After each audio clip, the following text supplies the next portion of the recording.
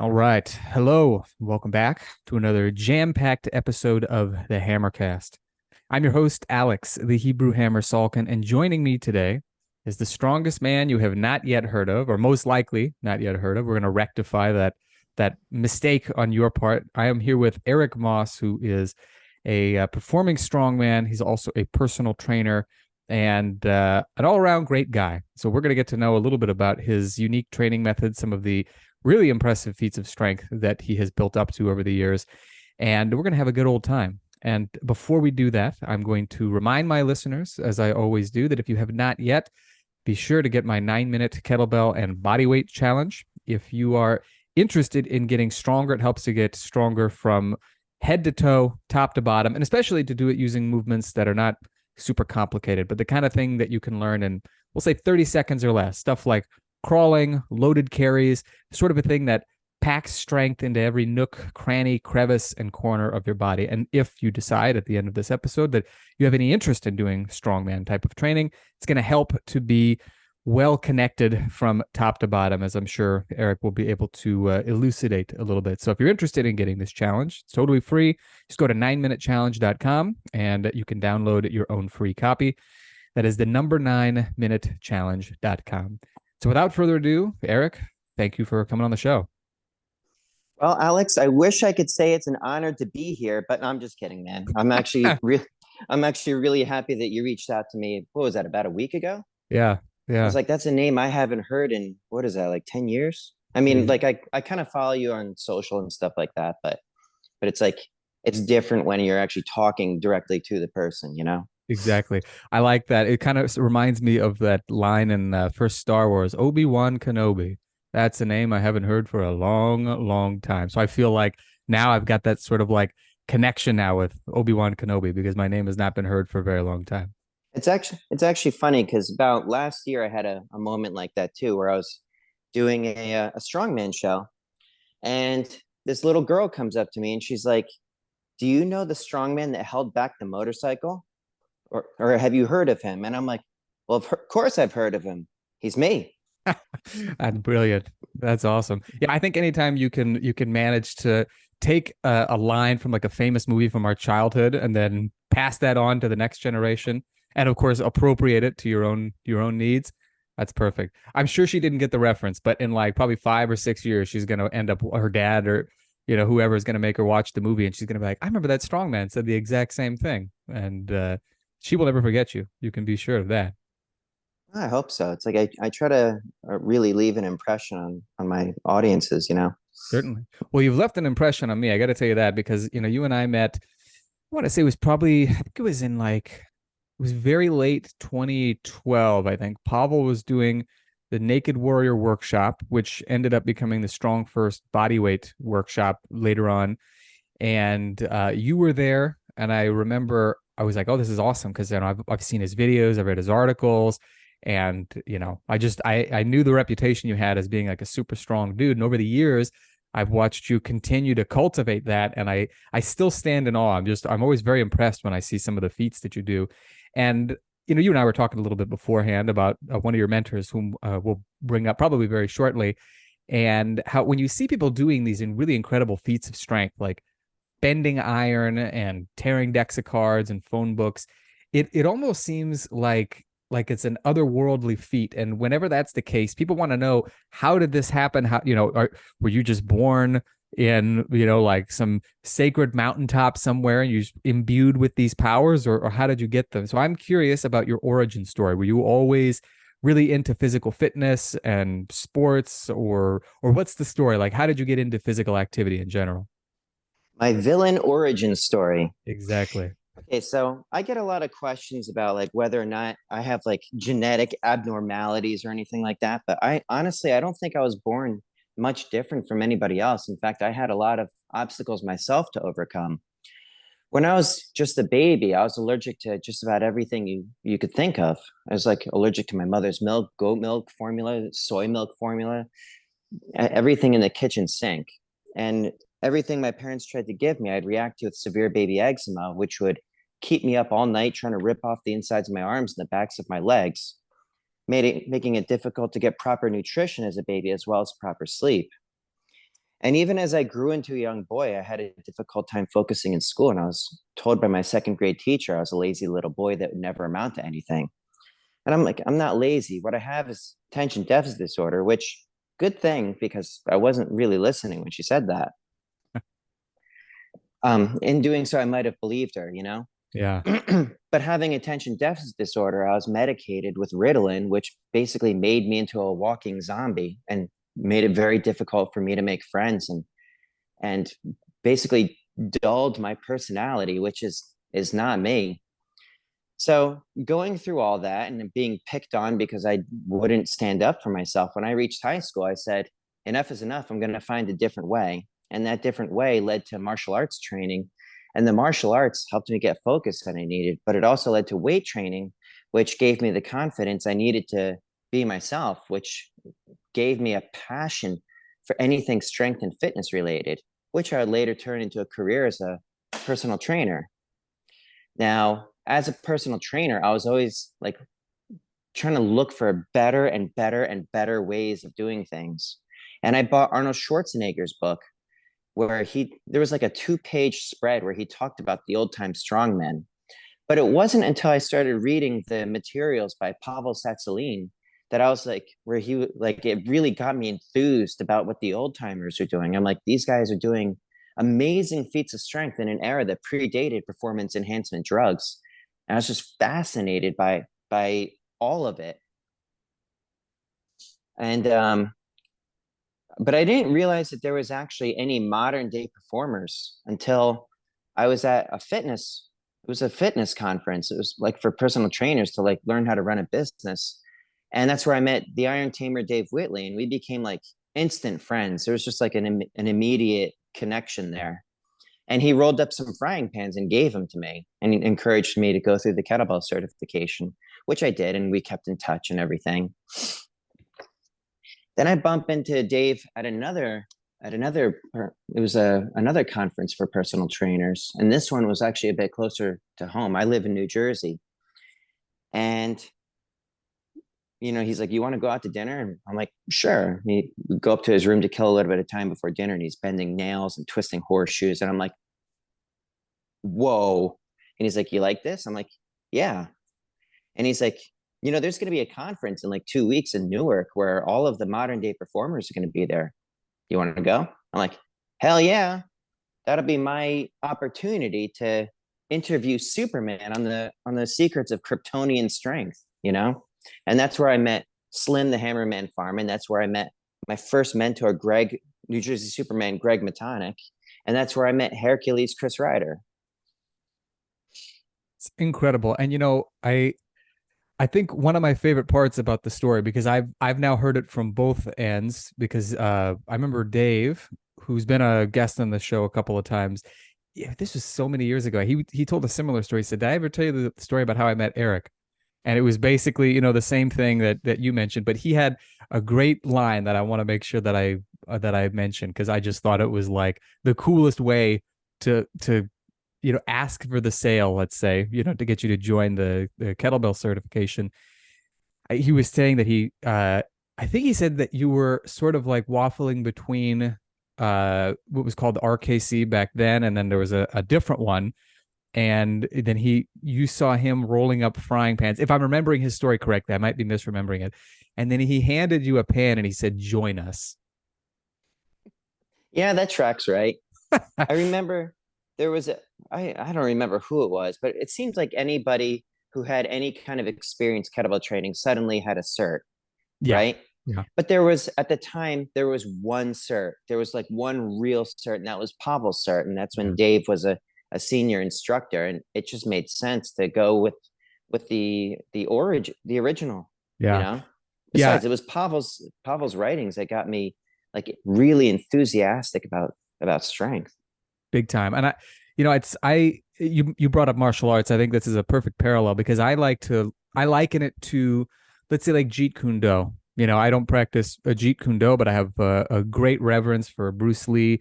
And you think about it, like, okay, let's say, there's somebody is teaching Jeet Kune Do, or you can learn it from Danny Inosanto. his Bruce Lee's last surviving student. So who would you really choose? You want the source, or do you want the interpretation? And I think that was one of the things that really drew me to Pavel's cert, and in the current one that he has too, Strong First, is exactly that. It's like you want to learn from the source of knowledge, as opposed to, like you pointed out, like anybody who could see that there was an opportunity or that there was a market, they just thought, okay, well, I'll just see how much of the runoff that I can get. And I remember John Duquesne, who was his business partner, Pavel's business partner back in the day, saying that after they did their very first certification in, I think it was 2001, one of the participants immediately went off and started his own kettlebell cert.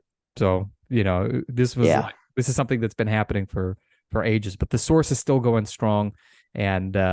And it's, of course, led you in some very cool directions. You mentioned Chris Ryder in particular, and how he's become a real mentor to you, and Slim Farman and Dave Whitley, and all these other just huge names in the world of performing strongman. And from what I'm gathering, you were a personal trainer before. How did you get into performing as a strongman and then making that a part of your business? So, well, first, it's actually interesting that you say you don't practice Jeet Kune Do, because you do. Because what Bruce Lee actually wanted is, like, he would point at the moon, and he wanted us all to find our own way. Mm-hmm. And that's kind of what we all do. Sometimes we need a guide, right? Now, this is actually, so how I got into performing is I was actually I was in the middle of a divorce, and Dave invites me to another, it was the conference, it was like 2 years later. And as I'm going through this, or as I'm sitting in this conference, we are all at the dinner table, and I ask myself, I'm like, every vision I ever had for the future always had her in it, and now that it seems like it's a blank slate. So I'm like, what the hell do I do now? And that's actually when my first mentor, out of nowhere, just says, would you like to learn how to bend steel and become a strongman? His name was New Jersey Superman Greg Matonic. And it was the perfect example of when the student is ready, the master will appear, right? So after I kind of got through my depression, drinking way too much through that, it was like, that conference was in, no, it was in October. And I started working with him in January. January 9th was my first time. And he lived 2 hours south, and I would go there every weekend, drive 2 hours south, spend Sunday with him, learning the ins and outs of bending steel and breaking chains and twisting horseshoes and stuff like that. And what I learned from Greg is how much of it is in the mind. It's like you set your mind on what it is that you're going to do, believe with every ounce and fiber of your being that you have what it takes to pull it off, and then as I'm like going through it, at the same time, I'm also reading a lot of personal development books, because I'm like, I got to get my life back on track. And that's when I saw that there's a parallel between the mindset behind bending steel and the mindset that's needed for success in any endeavor.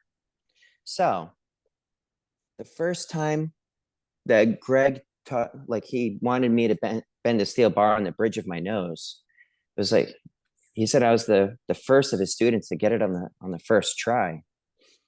And he was like, now when you're ready to become a performing strongman, I was like, wait, it's like, performing? You think I can perform?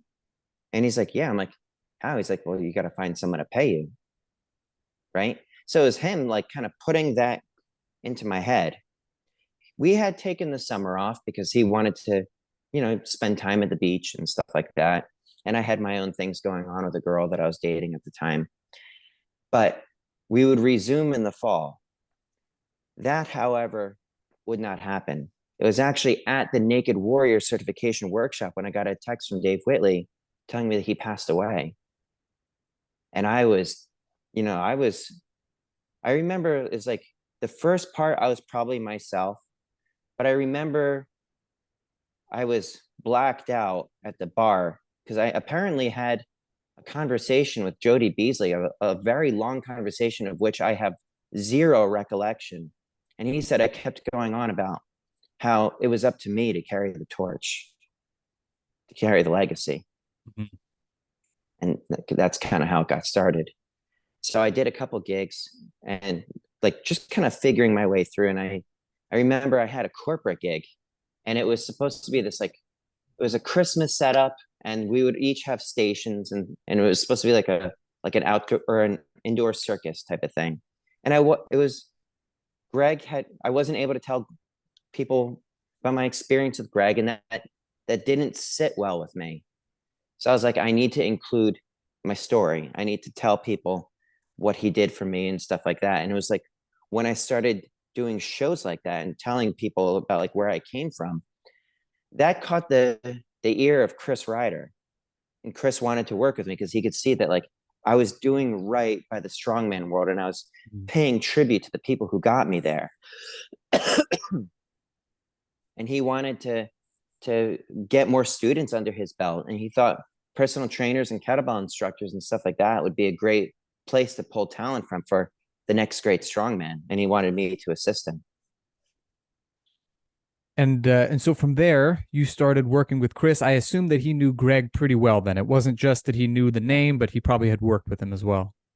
Oh yeah, it's like when you're in this world, you become friends with the other people that are in it. There's not a lot of us. Yeah. So when you find someone else that's into it, it's like there's like there's a camaraderie and Mhm. there's a friendship there that is rare. You don't find it like I have there's camaraderie with like magicians and mind readers and stuff like that that I know. But it's different when you bump into someone else that bends steel and breaks chains, and Absolutely. And it's funny you should mention that because I think that for a lot of professions, that's kind of the case. I think it's a natural human tendency to want to gravitate toward the people who are like us. And then the fewer people who are like us, the more likely that you're going to be able to forge a really deep connection.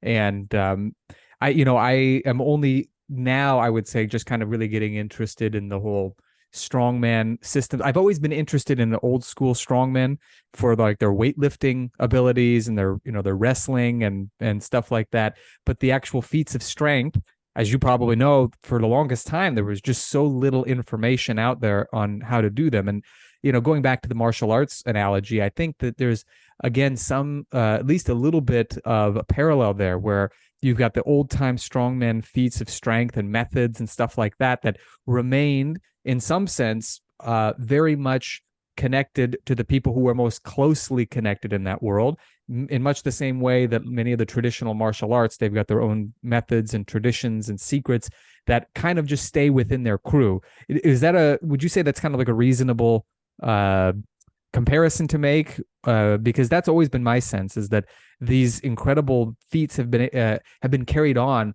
for all these generations, but it's not widely spread knowledge. It's very concentrated knowledge in a very small group of people. yeah. So like the main thing that people really need to understand is the mindset that's involved. Mm-hmm. And there wasn't a lot of people that were talking about it. And it was like a happenstance that I happened to be introduced to Slim the Hammerman Fireman by Dave the Iron Tamer Whitley. And Slim the Hammerman Fireman was the top student for a vaudeville era strongman named the Mighty Atom, who could do things like bite through chains and spikes and hold back airplanes from taking off with his hair, who kind of like discovered that mindset, because he was like a little Jewish kid that was like not even expected to live past his, what was that, his 15th birthday. Yeah. And it's like, here's this little old Jewish man that can do these unbelievable things. And, the Slim happened to be in his audience, and it was like passed on from the Mighty Atom to Slim, and then Slim to the rest of us. And that's why like we regard him as like the shepherd for the modern day performers. On the topic of Slim, and maybe it's presumptuous on my part, but it's funny for me to think about it now because as it turns out, I lived maybe 20 minutes away from Slim when I lived in Pennsylvania. And I had no, I mean, I knew who he was because I had read, I had attended workshops and seminars that Dave had done, and Dave had told me about Slim, and I'd watched his videos. I had no clue that he lived as close to me as he did in Pennsylvania. And the presumptuous part is that, I theoretically I could have driven to his house and, potentially trained with him if I had the interest. Now I'm sure Slim wasn't just going to meet up with anybody. So probably one of those things where you would need to know a guy who knows a guy in order to meet up with him.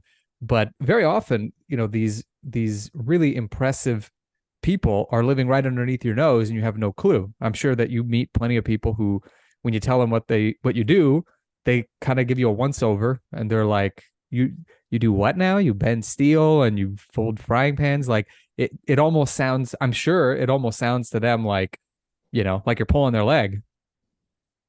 Yeah, I mean, with Slim, it was different because like he had high expectations, but he really wanted us to do well because he wanted to see something he's passionate about carry on. And he also Certainly. wanted the respect that he was due, Mm-hmm. because he was something else. Yeah. I've heard some stories about him, like, his, correct me if I'm wrong, like he did like a double sledgehammer lever to his face and back with sledgehammers that had, I think it was 25 pounds on the end or something like Yeah, something something. like that. Yeah. Yeah. He did that. He did that. Well, not the double one, but he did the single one. He was on his 80th birthday. It's unreal. 80, you It's know? and that actually reminds me too. I remember it was probably about 10 years ago. There was another famous, I wouldn't say strongman necessarily, but at least not in the sense that we're the classic sense that we're talking about, but certainly a strong man. Jasper Benincasa, who was, I think he was a New Yorker, but he was like, say maybe one of the early street workout guys, and he could do just crazy stuff uh like 19 one-arm chin-ups in a row on one arm and what have you. And on his, my understanding is, I think it was his 89th birthday. It was a week before he died and entered hospice and died. He did his last one-arm chin-up at 89 years old. And one of the things when I was reading about him and I was reading about his incredible abilities, one of the things that it was credited to him was that he was able to do this for so long because of his tendon and ligament strength. And this is something that strongmen, since time immemorial, have had as a number one priority. It's not just to have the big, cool looking muscles, but to actually have really, really strong sinews and or the connective tissues, as we would call them. And so, on the topic of strongman methods, because tendon and ligament training is such an important part of that process, what do you do to strengthen your tendons and ligaments? Like, give us kind of a little bit of a window into that side of the training equation. I don't do anything specifically for tendons and ligaments because the way I figure it is you get stronger, right? And when you get stronger, everything that is involved with the process also gets stronger. Mm-hmm. That's your mind, body, spirit, your muscles, your tendons will thicken themselves. It's like what is actually building up isn't really of concern to me, just as long as I'm getting stronger. Mm-hmm. Now, having said that, tendons tend to respond well to isometrics. They also tend to respond well to ballistic movements with a lot of volume. Mm-hmm. Slim worked as a like on a quarry smashing rocks with a sledgehammer. So that was one of the ways that he had built up his tendons. And he also spent hours in the dungeon testing himself on steel, also building up his tendons. So what I do is I do isometrics that are specific to the feats because nothing quite recreates the angles that I need to get strong in like isometrics does. And I also train with kettlebells. I train with barbells. I train with clubs. I train with whatever it's going to take to get me as strong as possible. I like what you said. Holistically. Of course, of course. And Yeah. I like what you said about um the specific angles that are necessary to get strong in, because it's true. Like I've seen this many, many times. You see somebody who's otherwise very strong, and then you see like, hey, can you tear this deck of cards? Let me just show you, what it looks like. And they try, and it's just something that's so much different from what they're used to doing in the weight room that all the strength that they have, though it might be helpful in the process, is just not enough to get them to immediately be able to tear a deck of cards in half. And the great thing with isometrics is that you really can focus on those little intricacies that are necessary to get strong and in those angles and things of that nature. In terms of your training with isometrics, you primarily use it only for the feats that you're doing. Do you ever do it for anything like weight training wise, like for a deadlift or squat or anything like that? With some things. So with curls irritate my elbows, Mm-hmm. right? And when I'm practicing braced bending on my legs, that's, like there's a high amount of triceps involvement. Mm-hmm. And I want to keep the joint itself balanced. So I will train currently, I would train isometric curls within the squat rack, the cardinal sin, curls in the squat rack. Yeah. But it's isometric, so I think that that's enough of a loophole where nobody's gonna, take away your ability to train in the gym or what have you. Right. And it's my gym. So, There you go. So you have and the yeah, ultimate trump card there in that regard. right. Now, here's the other side of the equation that I have heard of for training the tendons and ligaments. You mentioned, ballistic movements, which, a good example would be, of course, the swings, snatches, things like that. But also what you mentioned with Slim the Hammerman, is he worked in a rock quarry for many years, so he was just swinging a sledgehammer around, which is ballistic in a certain sense. And there's also the high rep aspect of it. Now, is there any high rep training that finds its way into what you do? And if so, do you find that it has much of a carryover into the strength that you're looking for, or is it really just more conditioning in your eyes? Yeah. Actually, in the beginning of a program, I start people off with very light weights for very high reps. Mm-hmm. And that, it's like progressively gets higher until they're able to rep out with previous maxes. Very nice. Yeah, that is a very underrated method of strength training, and I know Marty Gallagher is a big fan of that. Like he's mentioned in the past, when he gets people started off in their own strength training, he'll have them work up to, let's say, 50 body weight squats before he'll ever have them do loading up a barbell and doing squats like that. I think Brett Contreras has talked about the same thing. It's one of those things that I think was just common training wisdom for a long period of time, that you would work on high reps and then you would work your way toward heavier stuff. And I think at some point people just kind of wanted to cut the line, and they're like, no, why don't you just start off with the heavy stuff right off the bat? And to me, it makes more sense to do the high rep stuff right out of the gate, because it's like you need the volume, you need the practice, and you need to kind of like get into the groove with the exercise. And one of the side benefits is that your tendons and ligaments tend to get a lot stronger as well. Yeah. It's like I do what it takes to get stronger, and then it's whether or not it strengthens the tendons versus the muscles, or how much of this and that. I'm like, it doesn't matter as long as stronger. Sure. Who cares where it is, Exactly. Do you do a lot of isometrics training as, let's say, at the beginning of your workouts, or is it at the end? Is it in separate workouts? Like, how do you fit it into your training? Right now, I do it at the beginning when I'm still kind of like fresh. Generally speaking, what gets trained first is going to get the best effect. Certainly. So because performing feats of strength is my profession, that's what I try to focus on first. Mm-hmm. And then I like to have a certain look, because like people expect to see a superhero on stage. Sure. Definitely. Now, I like what you pointed out, that, what gets trained first is usually we might say what gets trained best. And you don't find that isometrics training in particular is particularly exhausting, I would imagine. It's the reputation is that you can do it very frequently, and that generally speaking, your levels of fatigue are going to be a lot lower. You can, but it's also deceptive how much fatigue you're going to be under, because like you feel fresh as a daisy while you're working out, and then later that day you're like, I'm exhausted. Why am I so tired? Yeah. Yeah. So it has to be dosed correctly. And how do you dose it correctly? Currently, what I do is, because all right, so some of the drawbacks or some of the advantages of isometrics, which is also a drawback for some, but it's advantageous for me, is that the greatest strength gains with isometrics are going to happen 30 degrees either direction of the joint angle, Mm-hmm. right? For building well-rounded strength, you would need to train multiple angles. For me, multiple angles doesn't apply to the feats of strength, because I only need it at the one angle.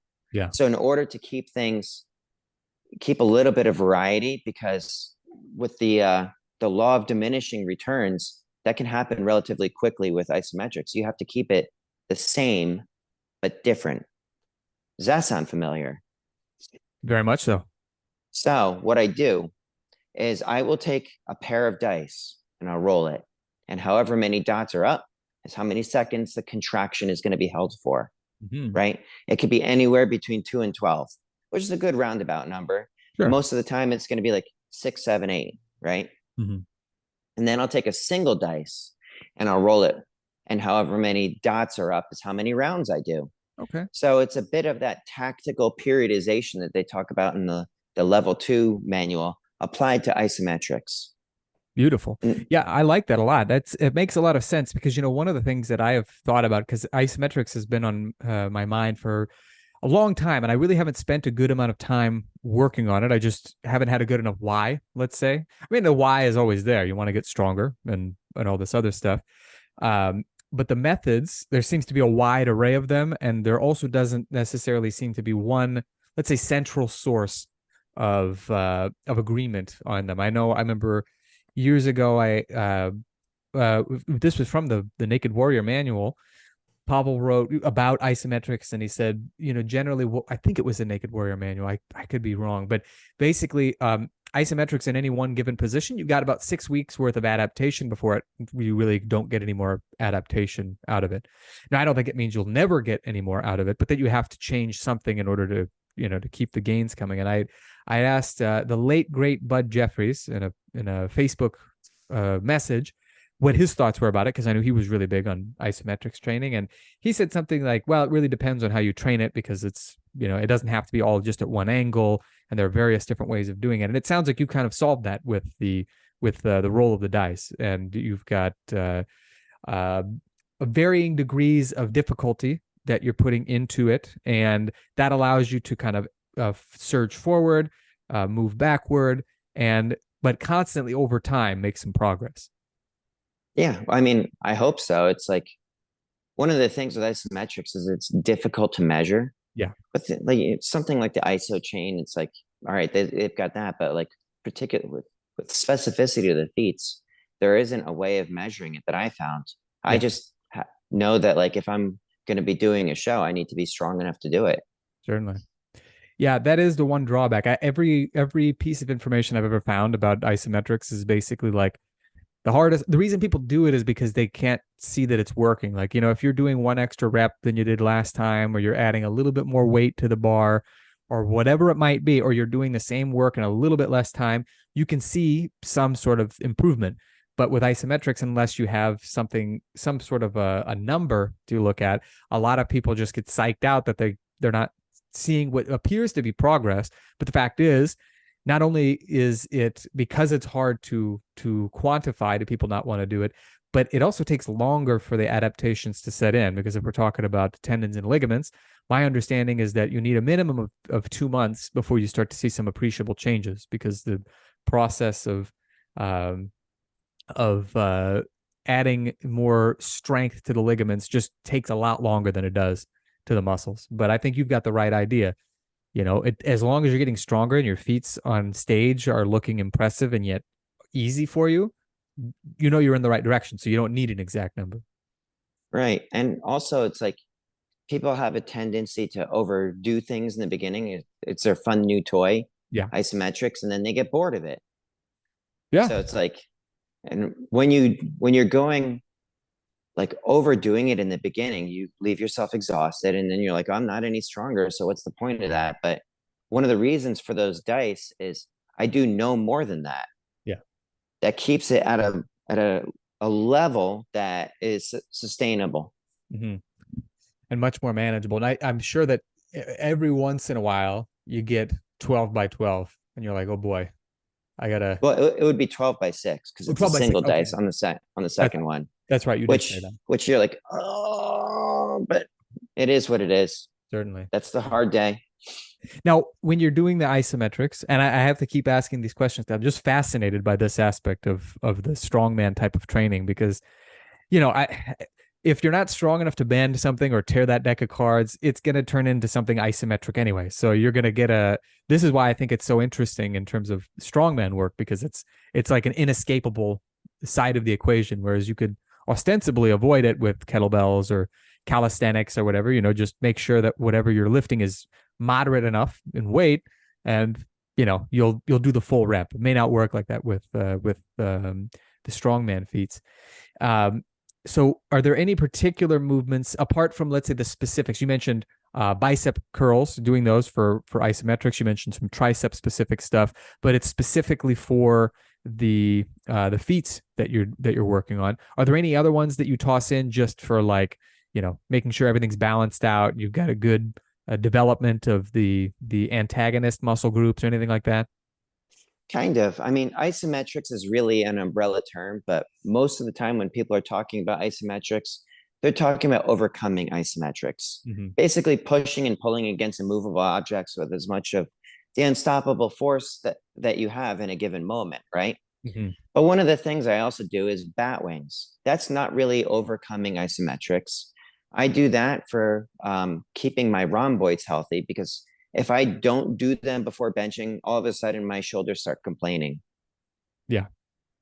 And then it's like, I mean, like when you're doing an overhead press, your abs and all that stuff are held isometrically, your glutes are held isometrically. I might also hold the top of a hip thrust isometrically for a little bit of time. And you mentioned overcoming isometrics. What are some of the other kinds? So let's see. I think there's yielding. Is that another one? Yielding is one of them. And then I can't remember that. I don't actually pay attention to the other ones, because overcoming isometrics is the one that I've mainly put my effort into. And then it's like, well, yeah, your abs are isometrically contracted when doing a push-up, but who cares? Yeah. Yeah. Right. That's one of the, I agree with you, because I think this is one of the reasons too. I think a lot of people don't see the value of it. They're like, oh, well, you mean just like planks? What's the big deal? Like anybody can do a plank. And I like to separate them. There's like one group I would call like a static movement, where it's just, you're not moving, you're just kind of staying in place. And then, like you said, there's the overcoming isometrics, which is what I associate with true isometrics, where it's like you're really trying to move something in some capacity and you just genuinely can't. And that's a big difference between that and holding a plank or the hollow position. Those static drills still have value, but I don't think they have the same degree of strength building capacity as the overcoming isometrics, where you're actively trying to bend, break, or move something. No, it kind of depends on the context. Like for the feats of strength, I need those overcoming isometrics, and my spine isn't under load. Yeah. But if you're gonna have like all around strength, like that help a friend move a couch, you need that supporting strength too. Yeah, big time. And on the topic of feats, and we're talking about bending and things of that nature, you talked a little bit at your bend over the bridge of your nose. What are some of the, like, if you were to walk us through what a strongman show looks like, and let's say like what your mission is when you go on stage, what is it like, let's say from start to finish, and you don't have to give every single detail, but like, what is it that you want the audience to walk away with, knowing or understanding that they didn't before you did the show? So one of the things with my show is I use it as part of a motivational speech. And it's a way of like illustrating the mindset strategies that I use that allow me to do the things that I can do, can also apply to the world of business, finding your life purpose and going after it and that sort of thing. So in the beginning of my show, I'll have someone introduce me and make me seem like a big deal and all that stuff. And then I'll introduce myself and I'll walk out. If it's a corporate event, I'll walk out bound up in locks and chains. And I'm like hiding behind that screen that they use, that they're projecting onto. Sure. So it catches their attention right off the bat. Like, what the heck why is this guy looking like something out of 50 Shades of Grey, right? So I'll say, I'm going to perform some feats of strength for you. Everything that you're about to see today is in fact real. But beyond that is I'm going to teach you the mindset strategies that I learned that allow me to do the things that I can do. I'm going to teach you to break the locks and chains that prevent you from reaching your true potential, which brings me to my first set of feats, blah, blah, blah, blah, blah.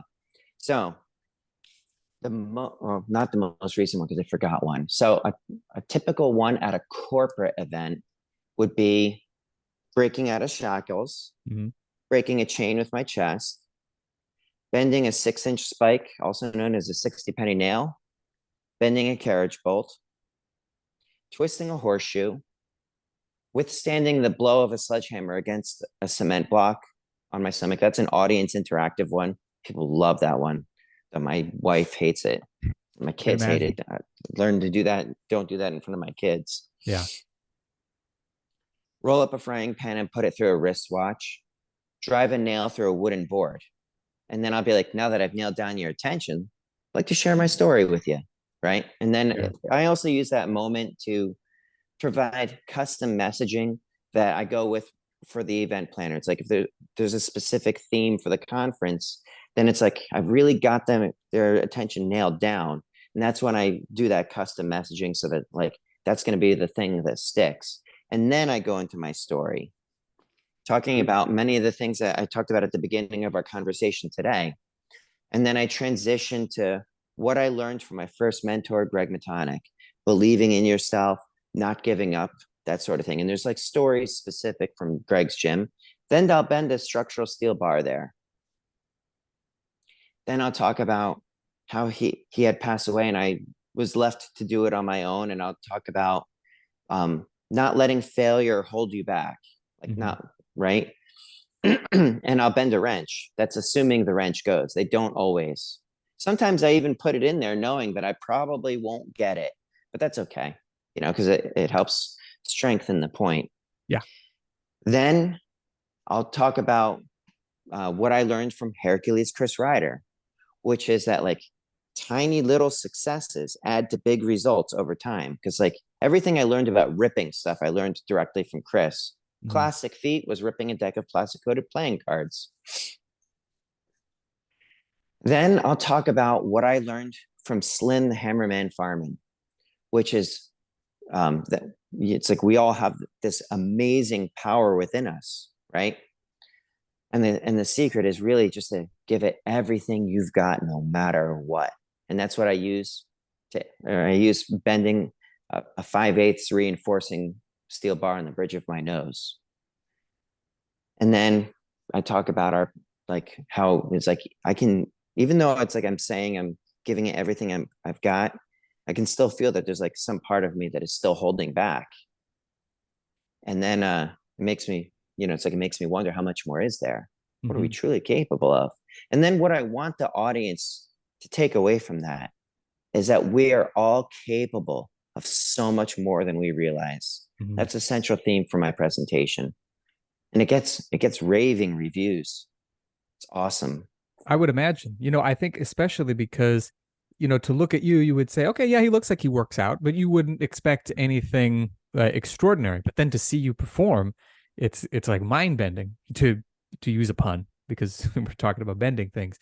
And I think it's also very helpful because everybody's heard motivational speeches and you feel really good for like maybe 20 minutes after the speech is over. And then you kind of go back into your normal patterns of thinking. And I think a big part of it is because you're not actually seeing something that you previously didn't think was possible and then building that bridge and saying, well, why not me? And that's why I think is what you do is really great, because you have built up an incredible amount of strength that really a lot of people could build up, but they just don't think that they're capable of doing. So you're taking this sort of nebulous concept of improving your mentality and the way that you think and the way that you plan and the way that you act. And you're showing that not only is this possible physically, so that's something that really catches their eye, but that it's possible in anything else that they want to achieve. And it's a lot different than just hearing, and I love Zig Ziglar, so this is not a slide on Zig Ziglar, but it's a lot different than just hearing Zig Ziglar talk about something great and then but you're not actually seeing anything before your eyes changing. You're just, you have to take this, in my opinion, a much bigger leap of faith in order to apply it to your own life. Whereas you see something like what you do and you're like, okay, I can see the application of what he's talking about. Let me see what I can apply it to. Right. It's actually one of the cool things is like, as a motivational speaker, I'm sharing market space with people who've climbed Everest, built billion-dollar companies, walked on the moon, that won Super Bowls, that sort of thing. But all of those things are stuff that already happened. Meanwhile, what I'm doing is happening right in front of them. They can see it happening. And then when I pass it around the room or involve them in the feats, then it's like they can feel it. It's different when you like if you watch me roll up a frying pan in a video versus I hand it to you after it's rolled up and you feel it, you know, it's different with the steel bar because like now they can feel the weight of it, you know. Yeah. And I remember actually, and interestingly enough, this conversation happened at that Naked Warrior event. It was I think at a bar restaurant afterward. One of the participants made a really good, I think, very salient point. He said, you see a guy like Andy Bolton deadlift 1,000 pounds. And in some sense, you think it's impressive, but you really can't relate to it because Andy Bolton's 350 pounds. He's just this massive, like monster of a human. It just doesn't seem like it's anything that you're even capable of. So of course the 1,000 pound deadlift is impressive regardless, but because he's just such a different specimen, you can't connect yourself with it. But when you do these body weight feats, you're able to see like, well, everybody's encumbered by gravity, and yet this guy who's relatively slight looking was able to chin himself on one arm, or do a one arm, one leg push up, or whatever it may be. I think it's exactly the same with you, because I think that there are a lot more people who look like us, who are normal build, normal body size. We're not these towering, hulking, athletic figures, but we can build ourselves up to doing these incredible feats of strength. It's insane, and not everybody's going to walk on the moon or build a $1 billion company or play in a Super Bowl, but realistically speaking, anybody can get stronger, and they can even get strong enough to bend frying pans or tear decks of cards in half and do a lot of other cool things. I think people connect with it a lot more because they see it almost as being more real than what these other physical specimens were able to do, as impressive as it may be. They can. It's like, and it's one of the things is like when people talk about steel, I'm like, steel has these connotations of being impossible. Like Superman bends steel. Sure. Steel is hard, yeah, but it's not impossible. Yeah. Much like many things in life. Exactly. Yeah. I'm just reminded of the words that Pavel likes to say. If it were easy, everyone would be doing it.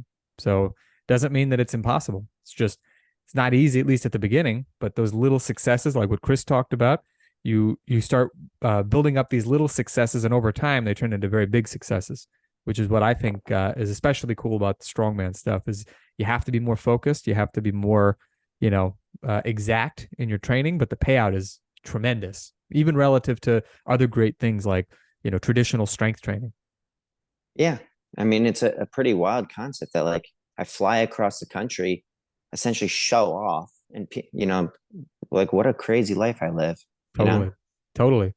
On that note, I think you'll find this funny. Now, my strength is nowhere close to yours in these strongman feats, but when I went to Austin, Texas last month to go attend the Old Time Strongman University workshop with Dave Whitley, I was on an Uber to the place that I was going to be staying, and the Uber driver struck up a conversation. He's like, "So what brings you into town?"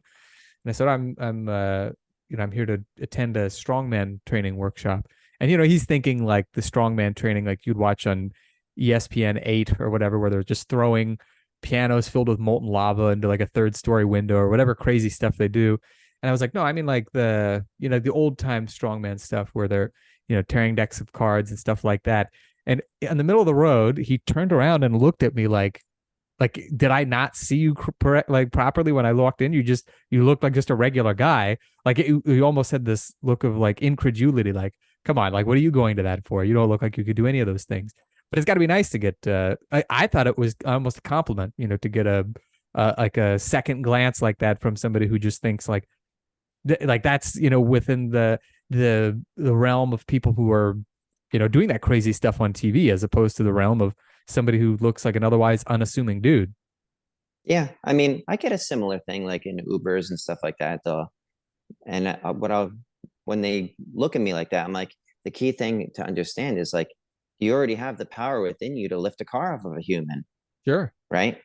It's just Exactly. trying to access that mindset, proactively access that mindset that they're using when they do that. Because if an old lady can lift a car off of a kid, it's like, well, you know, It's like, yeah, it's like, what can you do? You're probably more prepared than you think. It's just, you got to get to training. it's like when they say, it's like when you say I'm stronger than you, I'm like, no, I just know how to access parts of that you just haven't practiced yet. Exactly. It's like we Exactly. all have that potential. Just most of us don't know it yet. It's a matter of time, it's a matter of training. Those two things I think are really what make the big difference. Now, we were talking a little bit before the show started that I finally decided, I was like, I got to reach out to Eric because I've been binge watching your videos on YouTube. So where can people follow you online? I'm going to make sure that in the show notes or in the description, wherever you're consuming this episode, you'll have a list of these links, one of which will be YouTube. Any other places that people can go to follow your training, your insights, and all this other good stuff? Probably the best one would be my YouTube channel. I mean, like I've got a strongman website for people who are interested in booking me for a performance, and I've also got a personal training website for people that are interested in training with me directly. But in terms of like my broader reach, my YouTube channel, because I do post, or I during the pandemic, I was posting a lot of feats of strength because I had come up with this challenge of posting a different feat of strength each week until life returned to normal, which took way longer than I anticipated. Yeah. But then I also have like a version, like a series where I invite people to ask me questions. And when they do that, I create a custom video answering their question. And I just try to be honest in there. Those are great And videos, by the way. I've of course, in my binge watching, I've watched a bunch of those. I think it's a great concept, and there's some really good questions that end up coming up. thank you. And it's like by far, the questions that I get asked most about are about isometrics. I was That's like, one of that's the interesting, you know? Yeah, that's one of the reasons I wanted to have you on because I read Paul Wade's Ultimate Isometrics Manual. I know you've referenced it a couple times. I thought it was very good. And but there are some things, like some concepts where there's, like I said, not like really a good centralized source of information. I think that's a good one. It's a good start. But then to see people who actually have put into practice and made such huge gains on it, it's always great to, get their perspectives and their insights. And so, yeah, I mean, I perfectly understand where they're coming from with those questions. Say it's actually one of my critiques of the book is that, and this is actually one of the mistakes that I think people make about me is that they think, well, with that book, he's promoting isometrics as like the one-stop shop for Yeah. everything strength, Mm-hmm. right? Just like when kettlebells came out, they were the one-stop shop for strength. Yeah. But in actuality, it's like if for our Jeet Kune Do of strength training, isometrics is just kind of one small part of what I do because I also do, well, I do the isometrics, but I also do standard barbell work. I Mm-hmm. also do kettlebell ballistics and club bell ballistics. And it's just I just want to be strong. And I want to be strong specific to the feats, and I want to be strong for life and all of the fun stuff that comes with it. Absolutely. Absolutely. Yeah, I think that there is no one-stop shop. Any shop is going to have multiple items in it for a reason.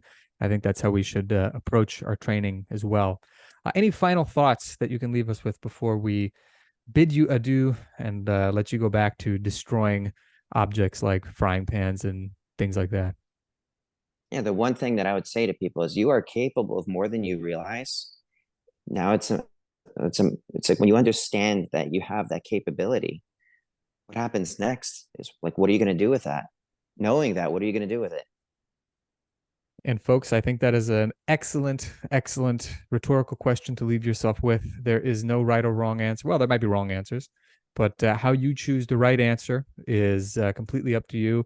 Highly recommend that you check out Eric's awesome YouTube channel. Again, there's going to be a link in the show notes/description. Go binge watch his material as I have. You will be better for it. And who knows, you might even decide to book yourself a ticket to check him out, watch him perform. And if you're in the New Jersey area, perhaps even sign up to do some training sessions with him. I would highly recommend that. He is a phenomenal instructor, tons and tons of years of experience, and he's a gentleman and a scholar. So who could ask for anything more? Am I right? So, Eric, thank you very Yeah. much for coming on the show. Thank you for having me. It's been an honor. The honor's been all mine. And folks, as always, have fun and happy training.